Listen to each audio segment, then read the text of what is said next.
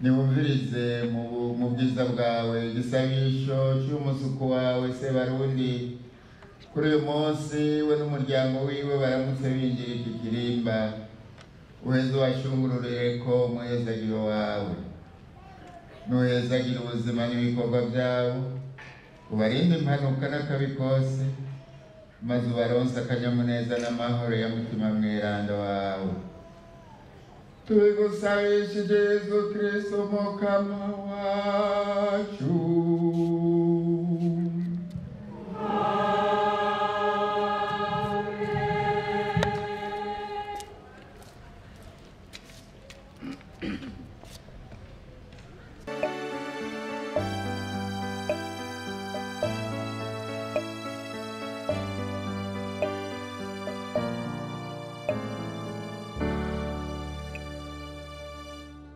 Aya mazi nabibutse ibatisimu yanyu muri Kristo biyaducunguje kubabara no kuzuka byiwe. Amen.